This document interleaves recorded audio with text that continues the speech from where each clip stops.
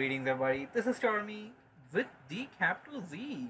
Welcome to another WarCraft 3 audio commentary. We're going over a game between Priest, who will be the blue human player. He's going to be spawning up at the bottom left location on this map, Secret Valley. His opponent, the yellow Nidal player, and this guy is known as IAmLiilD.C. I'm pretty unsure of whether or not he is a professional player or something like that. I would like to apologize right off the bat for that. So, nothing too very special. It's going to be Nidal versus Human on Secret Valley, and both having a very standard build on their side. So yeah, let's see how this game turns out to be. We're gonna speed up things a bit, and those buildings are complete. Human player going for a complete wall off, sending out the scout militiamen towards the enemy base. Nidal player sending in a few wisps over there, gonna be using them to repair the ancient of war. Escape of footmen outside, and Nidal player gonna go for the demon hunter. Demon hunter seems like he is not going to be going for the harassment right off the bat. The harassment plays a very important at early on in the game, when you can deny your opponent all that much experience that you gain from a orange camp. Still, he's gonna go for the camp himself. He is going for a rather aggressively way of creeping this camp over here. He's going for the AOW, repairing it at the same time. You don't see that too much. He has one wisp repairing the AOW, one wisp stationed backside on the tree, just ready in case he may be needing it. Human player can reach never do well. Both players are pretty much mirrored to one another at this point. He's gonna drop in another AOW, and we see a Hunter's Hall. The Nidal player is going for a mass Huntress's build against the human player. Human player has to be really careful. I do not think he has any intel of this one yet. He has not scouted out the Nidal base, well, apart from that one little scout which did go into the base, but I do not believe the scout has any intel of this AOW in the making. Nidal player now going to go for some scouting, and well, he went to from that upper side just to find out whether or not the human player was going for the dragon camp, the fountain camp, that is. Fountain camp can help the human player to get to level 3 very easily, and for human player chooses to be very careful, going over to the goblin merchant, buying himself a boost of speed, going to be very essential and very useful against the demon hunter. Demon hunter gotta go after the footman. Footman is running for dear life. I'm not sure. No, I don't think he's gonna make it. Not at this point. If he, no, I was about to say that if he nears the fountain of health, maybe, just maybe, he may survive. But no, demon hunter was just too quick for him. And the human player seems to be going for an expansion. He pulled in a few militiamen. Well, we didn't see those coming. These are still, priest. I'm sorry, I didn't think to say priest. Priest, the name of the player. These are still peasants. I mean, did he even get? Did he even like make them call them to arms to make them militiamen? We did see a wisp detonate that did pull out a lot of mana from the Archmage. Now the Nidal player gonna go for some good harassment. Those huntresses coming into play, they are gonna they're gonna tear apart the humans army. I mean, I don't think he has much of a chance at this point. It's going to be very difficult for him to make this expansion. He lost all of his footmen. He's going to run back with those peasants, and no, that is a bad idea. That is a very bad idea. He did manage to pull out the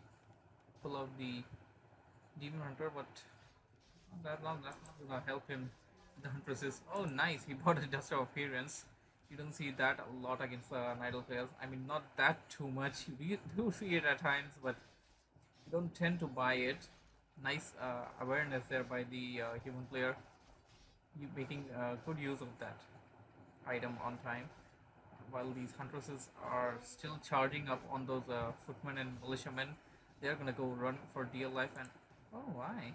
Well, he did a pretty good job by he managed to pull out the unit and managed to set up the towers. Now the Nile player now realizing that hey no, I gotta go in there and I gotta cancel this expansion. If the expansion comes up, Hero player is going to own me in terms of economy. We see a one arcane tower up. Arcane tower is up. It's gonna take away all the mana from the DH. DH now forced to TP back. He's gonna try and take out that arcane tower. Survived barely, just barely. No, he's gonna try and take it out. Oh, nicely done. Very nice. Very nicely done. Very nice round. But it's okay. Nonetheless, despite of those two really good surrounds there by the human player, he did manage to lose. Yeah, I do. Yeah, that's what I said. He did manage to lose his arcane tower. Still, the other guard tower is up. So the purpose of that arcane tower is very much solved actually. He did manage to get two guard towers up, while his one arcane tower was just defending and playing the possum for the enemy player. Now we're gonna go for some aggression over the Nile base. Nile player will just creeping around actually, not applying too much pressure. Now the human player, he's gonna back out. He's gonna back out. I mean, at this these many he can't face these many huntresses at this point. He needs something, some riflemen, some casters. He needs something. I mean, you can't face huntresses with just footmen. Army of footmen aren't going to do the job over there. And okay,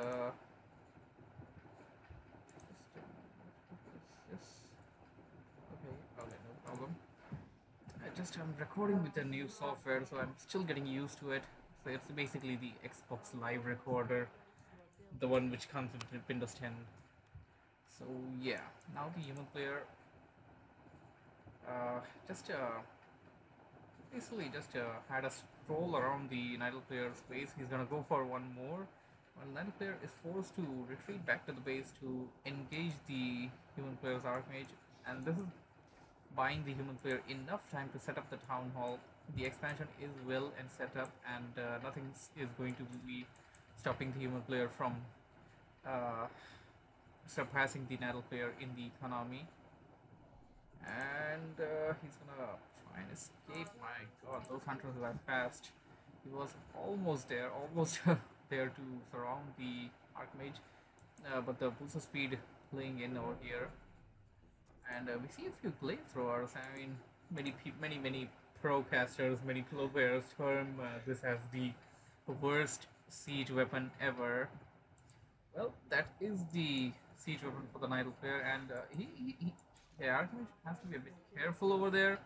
I mean, he just end up losing a lot of mana trying to kill those wisps. I mean, they can just detonate over there. And what the hell is Nidal player going for? Nidal player seems to be going for a tower rush. Oh my goodness. Nidal player going for a tower rush against a human player's expansion. This is going to be super epic. Human player trying to set up a arcane vault and still running around with his hero. Oh my, the hero is down to less than 25% of the hit points. So I guess nearly 25. He's still running around TTH. I mean, this is brilliant. Nidal player can't do a lot over there actually either. And it's gonna have those glaive throwers now bouncing off those. Or rather, I don't think they bounce. They just do some splash damage. I don't think you can call it splash either. I mean, it damages you in a straight line. Kind of splash. Yeah. They don't do as good as other siege weapons though. I mean, especially like the human player siege weapon, the border team. The border teams are so good against buildings. They do so much damage, and the human player now playing a little aggressively with the militiamen. Going right after the glaive throwers, he managed to kill two of them, and will also manage to lose a lot of militiamen in the process.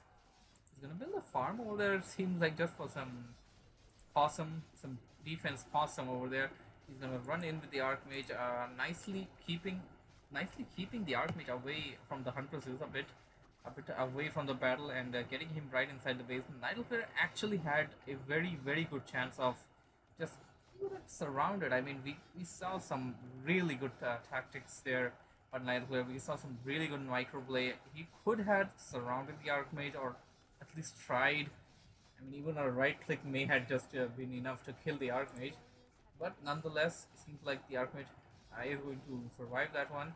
He's going to heal towards the inner side of his expansion and a very nicely set up base. I like these kind of human expansions. Nicely built base, nice edgy corners from where you can escape with your units. You can. It's really good for defense. So we're well, you can see a lot of gore over there. That's a lot of gore. That is a lot of gore. I mean, even player probably lost around 20, 20 peasants in this game. I'm pretty sure he did. Idle player going for well, yikes. I mean, this is some really. I mean, yeah. I guess this is why they call this the worst siege weapon in the game. But that is the only siege weapon Nile player have. If these were like the Moor teams or like the siege weapon, like the demolishers or like the meat wagons, like what I mean to say is basically like the other siege weapons in the game. I mean, they would have been doing so much devastating damage. And MK is out for the human player, and he's gonna chase that DH Stormbolt. Yeah, nicely done, nicely done. Stormbolted the DH, and now he's going to go after the town hall. He should have gone after the town hall right off the bat. I mean, going after the towers was not all that advisable, if you ask me at least, because the towers have the heavy armor. Heavy armors do not take extra damage from the siege attacks, and it, it's a very delayed process for siege weapons to actually kill a guard tower having the heavy armor. Now the human player, despite of having lesser number of units, is doing pretty well. Battle player has taverned back his hero. We can see it over here, and he's gonna come into the play once again. He's only gonna have 50% of the hit points, but human player is not even at 25% of the hit points on both of these heroes, and battle player should be able to take take down this expansion, if you ask me. Those many number of blade throws, especially, and he's gonna go after the town hall now. Well, the worker will go for the repair. Yoder did a pretty good job of repairing his town hall. Actually, I mean, with that many blade throwers, although they are the worst siege weapon, as described by many, I mean, they still do siege damage, and siege damage does extra damage to these fortified armored buildings, such as the town hall. And the town hall was at one point nearly dead, and we just see the Archmage dying. Uh, despite of despite of the human player having so less number of units, I mean, he did so well. He did so well over here. I think he's attacking ground over here, and he's really not doing all that good. I mean, that's not even a 200 hit pointer. Like a peasant did not die after four glaive throwers attacked ground on it. That's not good. I mean, yeah, I can understand. I completely understand why now it's termed as the worst siege weapon, and also the human player is doing a good job of dodging them. I mean, they're attacking, they're doing their job, but he's dodging. He's literally dodging, and okay, Nile player literally wasted some shots over there. Human player now buying a TP, and he's going to TP back to the base, to his main. That is, he can TP back to the main, and okay, we see the human player is going to go for some siege of his own. More teams coming. More teams are like my favorite units in the game. I freaking love more teams. I freaking love more teams. So I'm gonna switch to the human player. And while the Nidal player wrecks apart the human player's base, I don't see the DH anywhere. DH did die. He died through the storm bolt. So Nidal player did not revive it after that. Okay, we finally see a rifleman, something that the human player should have produced a long time ago. Ah, let's see. Let's see how this goes. Uh, um, we see a few casters. We see an arcane vault in the making. Just 2,000 gold is left, and 2,000 gold should be should be just enough for the human player to make the army that he needs to push into the Nidal player's base, because at this point the Nidal player only and only has the tier 1 huntresses with no upgrades whatsoever, and the human player probably knows about this. And okay, because I completely forgot about the reverse siege weapon in the game. He also has he also has these, and okay, now those siege. Oh my! When does that happen? The Natal player actually reached level 6 with the demon hunter, and that demon hunter is going to tear apart the human player's army. Human player army. He is going to TP back to his original base. There's no expansion. Why do we see this in the minimap? Ah, Blizzard, somebody fix this. Anyways, the idle player now gonna go for some creeping for no reason at all, for literally no reason, because post level 5 the heroes do not gain any experience. I guess he just wanted the gold, or he's just frustrated at this point. He's just frustrated that he is not able to finish off the human player when he could had. And human player now has to be really careful, especially. Yeah, I'm pretty confused at this point. I mean, if you had a second hero, you'd be getting the experience points and all, but at this point, you're just stalling time, or you're just I mean, you're doing this for gold. I'm not sure if you're doing this for gold or not. I mean, if you were creeping an expansion, that would have made a lot of things. New player gonna go creep this camp out, this merchant camp, and why the human player can creep is because both of his heroes are not at level 5. They are below level 5, and they can gain experience. Nile player finally picking up a second hero, the Panda is going to do some nice damage over the human player's army. Putting in Drunken Haze as the first spell, and on the human players, just gonna go do some. I'm gonna slow them down a bit, not too much. We see a lot of hunters over here. Now the human player is he's flanked at this point. I mean, he can't do all that too much right now. It would be better off for him to back out rather than try to target out the units. Because well, I see he's gonna end up losing all that he built in the last final few minutes. Even if he does manage to kill off the Nidal player's huntresses, which he did. He managed to kill a lot of them, and okay, he's gonna manage to kill the DH as well. He is running after the DH. DH is running for dear life. He is running for dear life. Moonwell, one Moonwell, and okay, not enough mana for the Storm Bolt. And we see some Breath of Fire over the Spellbreaker, which obviously did no damage.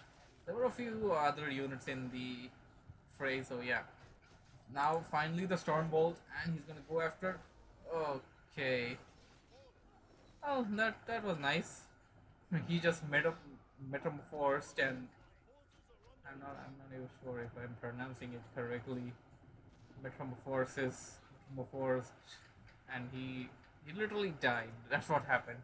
He metamorphosed and he died, and beside him, the Archmage was dying. So yeah, as I said, the human player, as I said, may manage to kill a lot of the Nidal player's units, but he was not going to win that battle, as I said, because Nidal player just had too many units at that point. He had two heroes, one of them level 6, and he had like what, flamethrowers, and the flamethrowers were doing some.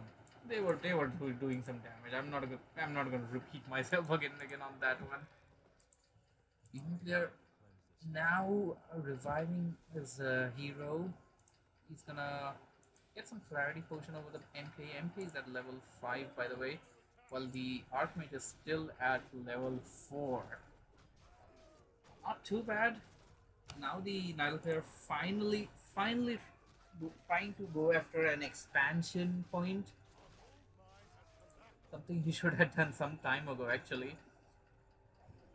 Especially when the human player was not having as many as units to lay siege, do any kind of relevant harassment or anything like that. Nicely done, storm bolting that archer and now bashing that glaive thrower. I mean, I freaking love this hero, Mountain King, my favorite hero from Warcraft 3, and also my favorite hero carried forward to Heroes of the Storm. Anyway, that's another matter for another day. And the human player seemed to be going for a tower rush of a sword, but decided to back out for some reason. I do not know why. He was going all in. Okay, okay. They actually lost the gold mines. I didn't quite. I did not quite cover that one. Sorry. My apologies once again. Now the humans are going for this fountain camp, the dragon camp, as some people like to describe it. He's going after this mainly for gold, or yeah, that's all I can say, because he is out of his gold. He doesn't have an expansion. The expansion was destroyed, and okay, Nile player, despite of having a very terrible performance throughout the game, despite of having the upper hand in a lot of times, and despite of trying to manage and finish the game, but still kind of didn't manage to do it. Finally seems that he's gonna win. He's gonna win this one, and human player's units are. He just has scarce numbers of units. He has no gold mine. He is losing everything he had, and even though if the MK reaches level 6 and becomes the avatar, I don't think that's going to be enough. That is definitely not going to be enough at this point.